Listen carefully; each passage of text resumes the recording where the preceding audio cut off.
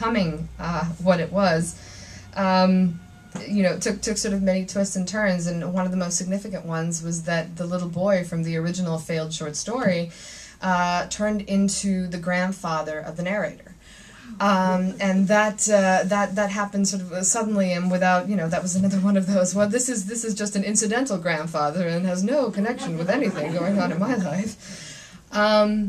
But that's how it happened. And through its many changes, the novel lost a lot of its original badness, but also now it has all new badness. No, the novel lost a lot of elements of the original draft, but some stayed. And one of the things that remains from the original draft is the prologue, which I'm going to read for you now. I should have found before I said I was going to read it, so I will read it for you now. In my earliest memory, my grandfather is bald as a stone, and he takes me to see the tigers. He puts on his hat, his big buttoned raincoat, and I wear my lacquered shoes and velvet dress. It is autumn, and I am 4 years old. The certainty of this process, my grandfather's hand, the bright hiss of the trolley, the dampness of the morning, the crowded walk up the hill to the Citadel Park. Always in my grandfather's breast pocket, the Jungle Book, with its gold leaf cover and old yellow pages. I am not allowed to hold it, but it will stay open on his knee all afternoon while he recites the passages to me. Even though my grandfather is not wearing his stethoscope or white coat, the lady at the ticket counter in the entrance shed calls him Doctor. Then there is the popcorn cart, the umbrella stand, a small kiosk with postcards and pictures. Down the stairs and past the aviary where the sharp-eared owls sleep, through the garden that runs the length of the citadel wall framed with cages. Once there was a king here, a sultan, his janissaries. Now the cannon windows facing the street hold blocked-off troughs filled with tepid water. The cage bars curve out, rusted orange. In his free hand, my grandfather is carrying the blue bag my grandma has prepared for us. In it, 6-day-old cabbage heads for the hippopotamus, carrots and celery for the sheep and deer, and the bull moose, who is a kind of phenomenon. In his pocket, my grandfather has hidden some sugar cubes for the pony that pulls the park carriage. I will not remember this as sentimentality, but as greatness. The tigers live in the outer moat of the fortress. We climb the castle stairs, past the water birds and the sweating windows of the monkey house, past the wolf growing his winter coat. We pass the bearded vultures, and then the bears, asleep all day, smelling of damp earth and the death of something. My grandfather picks me up and props my feet against the handrail so I can look down and see the tigers in the moat.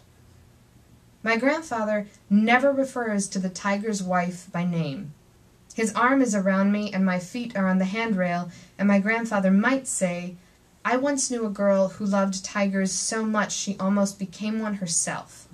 Because I am little, and my love of tigers comes directly from him, I believe he is talking about me, offering me a fairy tale in which I can imagine myself and will for years. The cages face a courtyard, and we go down the stairs and walk slowly from cage to cage. There is a panther, too, ghost spots paling his oil-slick coat, a sleepy, bloated lion from Africa. But the tigers are awake and livid, bright with rancor. Stripe-lashed shoulders rolling, they flank one another up and down the narrow causeway of rock, and the smell of them is sour and warm and fills everything. It will stay with me the whole day, even after I have had my bath and gone to bed, and will return at random times, at school, at a friend's birthday party, even years later at the pathology lab or on the drive home from Galena. I remember this, too, an altercation. A small group of people stand clustered around the tiger's cage. Among them, a boy with a parrot-shaped balloon, a woman in a purple coat, and a bearded man who is wearing the brown uniform of a zookeeper. The man has a broom and a dustpan on a long handle, and he is sweeping the area between the cage and the outer railing. He walks up and down, sweeping up juice boxes and candy wrappers, bits of popcorn people have tried to throw at the tigers. The tigers walk up and down with him. The woman in purple is saying something and smiling, and he smiles back at her. She has brown hair. The dustpan keeper stops and leans against the handle of his broom, and as he does so, the bigger of the two tigers sweeps by, rubbing against the bars of the cage, rumbling, and the keeper puts a hand through the bars and touches its flank. For a moment, nothing, and then pandemonium. The tiger rounds on him, and the woman shrieks, and suddenly the dustpan keeper's shoulder is between the bars, and he is twisting his head away and trying to reach for the outer railing so that he has something to hold on to. The tiger has the dustpan keeper's arm the way a dog holds a large bone, upright between its paws, gnawing on the top. Two men, who have been standing by with children, jump over the railing and grab the dustpan keeper's waist and flailing arm and try to pull him away. A third man jams his umbrella through the bars and pushes it over and over again into the tiger's ribs. An outraged scream from the tiger, and then it stands up on its hind legs and hugs the dustpan keeper's arm and shakes its head from side to side like it's pulling on rope. Its ears are flattened, and it is making a noise like a locomotive. The dustpan keeper's face is white, and this entire time he hasn't made a sound. Then suddenly it's no longer worth it, and the tiger lets go. The three men fall away, and there is a splatter of blood. The tiger is lashing its tail, and the dustpan keeper is crawling under the outer railing and standing up. The woman in purple has vanished. My grandfather has not turned away. I am 4 years old, but he has not turned me away either. I see it all, and later there is the fact that he wants me to have seen.